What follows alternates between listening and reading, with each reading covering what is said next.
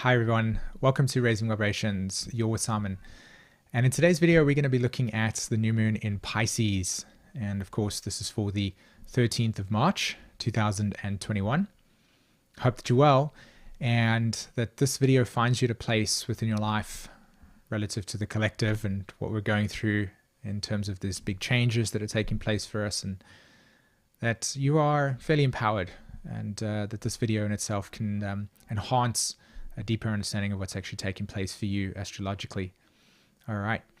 I want to share the picture that I have over here. There we go. All right. Now, this video or this image speaks to me strongly, and it has a lot to do with this new moon, to be honest. Of course, there's quite a lot of layers to this new moon, and so part of this new moon and this picture, there's a deep symbiosis that I feel if I could highlight and really capture your imagination, will give some depth towards whatever it is that this energy is about.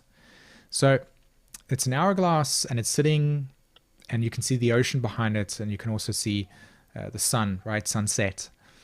And I want to focus firstly on the sun, and I want to focus firstly on this archetype of time and the actualization of time. Right, so we've got Saturn in Aquarius at the moment. Right, and we know that Saturn is forming a trine to Mars in Gemini, right? And that trine is very much about let's actualize something, right? Let's initiate a new expression. Let's define something, or let's seek to observe what is showing up for me. How is my soul coming through, and how am I, in a sense, in relationship to what is trying to be actualized through me, right? So each of us has a journey, and that journey has got time associated with it, right? The hourglass. And so that Mars trine Aquarius really reveals the essence of something new wanting to emerge with us. But it's not so much about searching for it, but it's actually witnessing. Aquarius energy is very much about an objective process, right? A little bit detached and observing it as it is. And then we've got Pisces, right? And Pisces reflects to us the start of a cycle and also the ending of a cycle, right? Both of those energies, or both of those moments, ironically, actually are from the origin, right? Aries reflects the actual moment where there's a separation, but when we arrive to the end point and we return to the source, it is also the Pisces archetype that reflects that culmination and closing phase. And so it reflects a journey or a time. So the ocean in the background speaks volumes to the essence of this Pisces energy that we're experiencing at the moment, right? So this is a very philosophical kind of approach to it. And when I look at the chart, I'll show you what I mean in terms of more practical understanding of the astrology. But we as human beings, we come into this plane, and immediately as we grow, we are sort of messaged by our culture, by the values of our parents and what they perceive and believe to be the truth and real for us and right for us. And we also come into contact with the experience of the myth that it means to be human, right? Now, because we're learning to define and anchor a sense of orientation to reality, right? Our sense of reality, if we are very impressionable, can be influenced greatly by the perceptions and the messages and the imprinting. Right? And so we define our lives through a cultural perspective or the narrative or the beliefs, and all of us do that. It gives us an ability to be able to interact with reality. And for the most part, a lot of these messages can be deeply unconscious, right? And so they drive us. Now, what this imagery's got to do with, in terms of what I'm sharing here, and this whole entire new moon experience, is that the sun to me in this image represents the arc of something that is born. Right? So sunrise, we don't know what the life or what the day will be, right? We don't know what it's going to be. We just know that we are arising to the potential of the day. But when the sun sets, we reflect on the experiences of the day, and we draw conclusion and sometimes meaning from that, right? And we have an emotional connection to it. And so between something that is arising and something that is setting, right, this arc of time, we have an emotional connection, and we have, like I said, the arc of time. We have our experience. And so we thread together the experience of our lives with meaning. So we derive meaning from things. We derive cosmologies and points of views and perspectives, just like I'm sharing with you right now. And so we go along this road, and that gives us orientation. So today's new moon in Pisces, what it reveals to me is the process of coming into where that perception that you have about life and the world and how that influences what you see, right? On one level, right? It's South Node in Sagittarius, right? And up until this point in time, we've had a collective narrative, or we've had a specific philosophical structure that has colored what we perceive, see, and map reality to be. But because Jupiter and Mercury are in a new phase relationship, right, there's this potential to liberate ourselves, to decondition, to break out of, to separate ourselves from the projected ideal and belief of what we perceive the reality to be, and the one that comes into contact with what's actually alive for us and present for us in each moment, right? Cool. So I'm going to jump into the chart and reveal all the information that I feel is relevant for this. Okay. So there we have the 13th of March. This is, of course, happening at 20 past 11 here in Sweden. And so the new moon landing over there. There you can see it, 23 degrees. That's in Pisces, right? And then you notice 3-3. So there's the new moon. And so the new moon, it makes an aspect to Venus. Where is it there? Right? So there's a conjunction that's taking place as well. And we also have, let's have a look, the conjunction. It's also conjunct Neptune, and it's sextiling Pluto. So there's the sextile to Pluto. And again, I'll share with you what I mean by these aspects as well. There's the sextile, just for those of you that are astrologically orientated. Right. And also what's happening on the new moon as well is we've got that Mars. There it is. Mars is trining Saturn, and it's also trining Pluto. And, you know, I've been talking about that Pluto trine as being what is actually allowing us to align with a deep core desire or intent, right? We have this capacity to really move forward with things with this trine that's taking place. And while it may sometimes feel a little bit uncomfortable as we actualize and express our views and our thoughts, it is also something that is very strong at this point in time, right, with this Pluto Mars. Okay, so there's that, right? And then, of course, this Uranus-Saturn square that's taking place. And I also wanted to address, by the way, the Chiron and Aries energy, okay? So, and I'll get back to that at the end of the analysis of the chart. Okay. So let's talk about this narrative that I'm referencing, right, with the hourglass and shifting our deeper the messages and the beliefs and the ideas about what we perceive reality to be, and how that shapes and colors the truth of what is present for us. Okay. So the natural aspect between Gemini in the chart, and Gemini and Sagittarius. Let me just do this here. The natural aspect between Gemini, Sag, and Pisces. Okay, there's a square that takes place. It's that T square between those three signs that actually is the bedrock and building blocks for how we establish communication and share views and beliefs and ideals with each other. Okay, so Gemini would be the component of language and identification. So I would say astrology or evolutionary astrology or tarot, right? I'm identifying something. Now, the Sag part would be the underlying or guiding principle that is held within those three perspective, Sag, right? So there's an orientation to a kind of philosophy. EA says, hey, let's look at the soul. Astrology says, let's look at signs and interplays between the two. And let's say tarot is a very deeply intuitive process, right? All three of them in their different ways reveals something. Now, the revealing part is the Pisces component, right? And so that's why we can have the dynamic between something that is illusionary for us and something that is really alive and real and truthful for us. What is versus what we project it to be, yeah?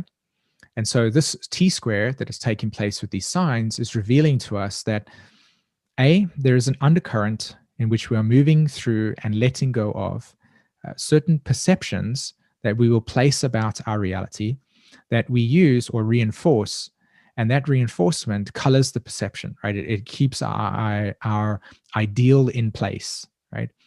And in varying degrees, that ideal ultimately becomes the vessel for our point of view. So, if I perceive EA to be the one and only astrology, then I can be deeply fanatical, Sagittarius, about my message, Gemini, that is rooted in the need to hold the ideal or perception of the truth in play.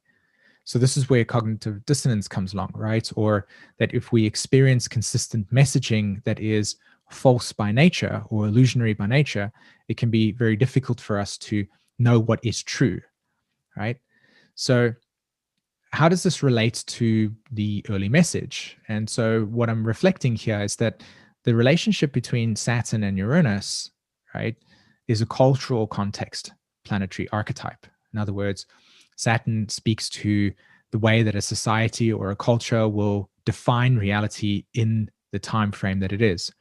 So let's go to 1980s, and I had said to you the cultural norm in the 1980s was it was acceptable to create a Disney film where the narrative represented something like this.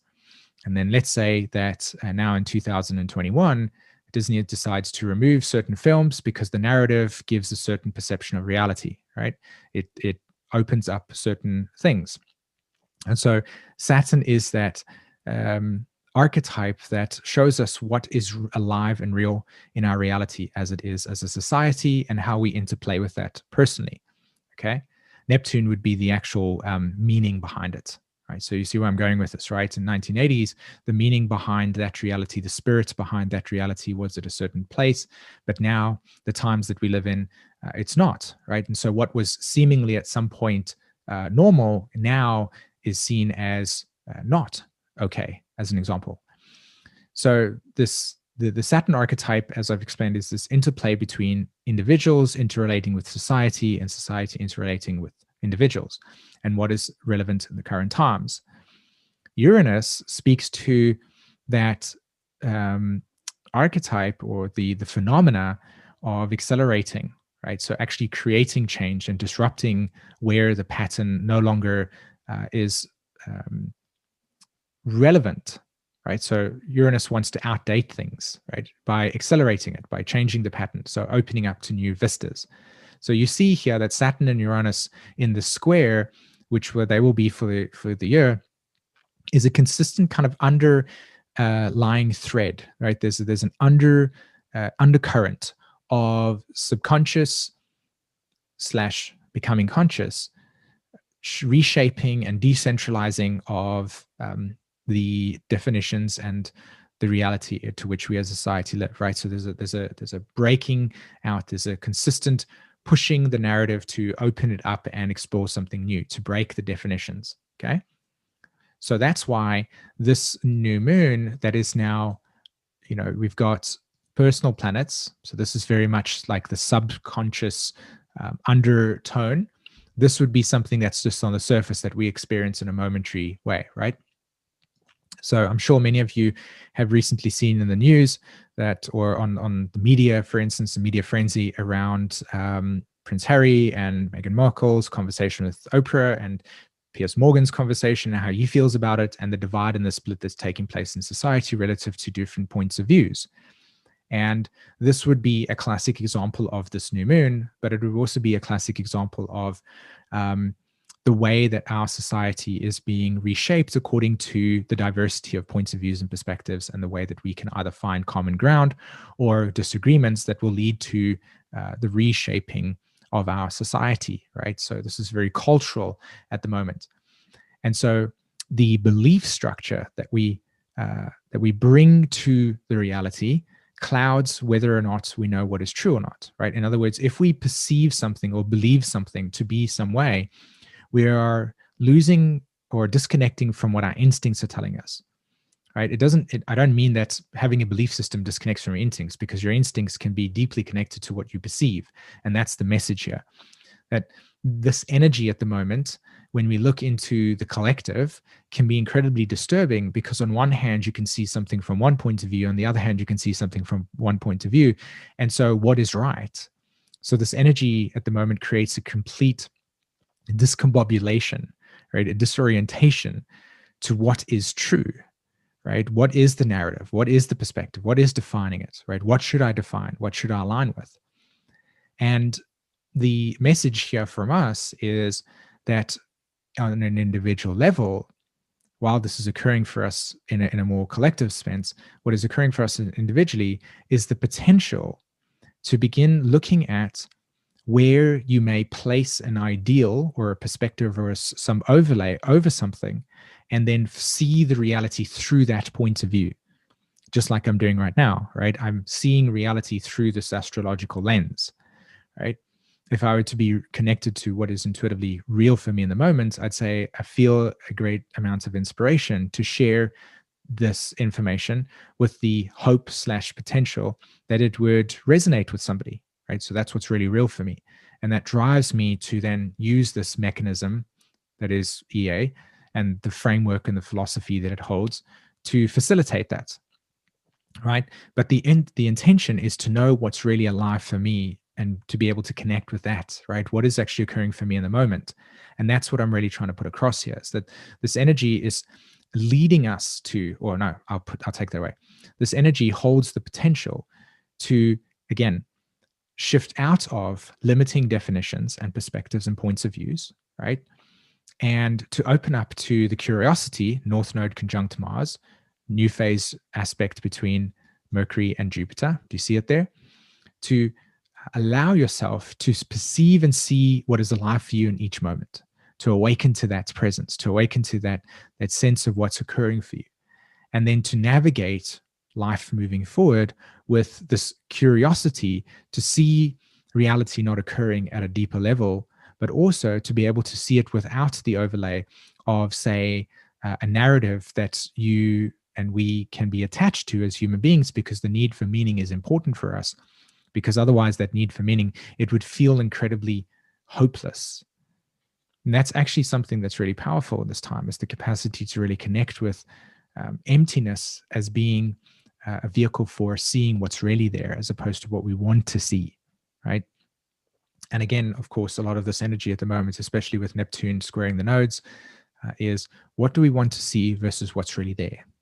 And that can open up a whole entire different dialogue of why we choose that. So this energy really speaks to a shift in value structures and opening up to new vistas of perception of reality, right? And the opportunity to let go of and begin to shift our perspective, open up to perceiving and seeing things as they are, and allowing the mystery of life to represent the truth, as opposed to needing to overlay a certain philosophical structure or perception of reality over it, and then being caught up in the fantasy of that truth, as opposed to what's really real and alive for you right now. And I think this can be a profound antidote to the collective pain and suffering that we've all, in some way, shape, or form, had, as we've, in some way, shape, or form, needed to adopt to the cultural ideals and perspectives and points of views that we had to take on when we were growing up, right? Because we didn't know better in the way that we maybe do now as we're older and we can discern reality more clearly. So that's my kind of observation of the chart at the moment, in terms of the potential. We're shifting the narrative from away from what we have been impressed by and what we perceive to be the truth, versus what our instincts and our awareness is revealing to us in the moment, and what we're seeing in the moment, and what we're allowing to be deeply open to what is there, as opposed to what we want to see is there. Yeah. Okay. Cool. So here's this Chiron and Aries energy. Okay. And I want to talk about it in this perspective. Chiron, while it not is specifically defined, right? It's not limited to actualization and suffering, it very much can, it's easy for us to be able to relate to this Chiron when these two sides of it exists, right? But it's a little bit more deeper than that and complex than that. Now, Chiron is sitting through Aries at the moment, okay? And it's been through Aries for just over a year, and it will continue to be there for another not two, but like a few more years, right? And the one pattern that you will see with this Chiron transit is the awareness that humanity will go through where people are stuck in the narrative of the past. And that narrative gives rise to the victimization of experiences that people are stuck within. Okay. Now, let me be clear about that, because the word victimization can be highly triggering, right? I don't mean in the sense of poor person. I mean in the sense that Chiron will reveal to us where we've had experiences as a human race and individually that have been incredibly overwhelming and intense for us, right? And so we may have a very sad, depressed, even overwhelming point of view of that, right? We can feel deeply, deeply affected by it. But it also reveals to us the potential to awaken beyond that experience and what it was really revealing. And so he has this potential with Chiron moving through Aries for all of us to be able to shift our point of view from something that was once the reality that we held and were so fond by, and that we want to keep the narrative going, right? So an example that I give to you specifically is, right, last year this time the world came into a specific what, right? And for the last year, we've been living in that world. And so many people's perspectives have needed to shift uncomfortably and on purpose due to this scenario and situation. And that can be incredibly overwhelming and discomforting, because it means that the security and the attachment to that point of view gives a sense of meaning. But this energy over here is illuminating, and Chiron's teaching is to say that if we embrace this new point of view and this new perspective, it can actually lead to something in a more liberating way, as opposed to something that defines our disempowerment. Okay. All right. Awesome, guys. I really hope that you got a lot of value out of what I was sharing over there. And just kind of an invitation, to contemplate the nature of how, for us, this energy speaks to the opening and the curiosity to explore something that's really new for us, right? Gemini is very much about how do we explore our environment in new ways. And so by shifting the definitions and the philosophies and the points of views that we've held up until this point in time, and not allowing them to overlay on our reality, but to see what's really alive for us and to shift our perspective to awakening the presence of each moment for us, well, then this energy can really provide us with that mystical experience of a deeper sense of awakening. Cool. So one thing just before you go, I just want to, like I said right in the beginning, I just want to share with you that over the last couple of months, Jen and I have actually been creating a course, and we're going to be launching that in April. And I just want to let you know that we're really excited about this. This is something that is going to deeply empower people in these times. It's something that is very much about, what does it look like going forward? How do we connect with our inner authority?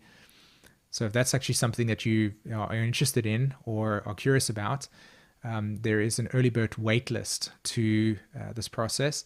And the link to that is in the description below or in the comment section.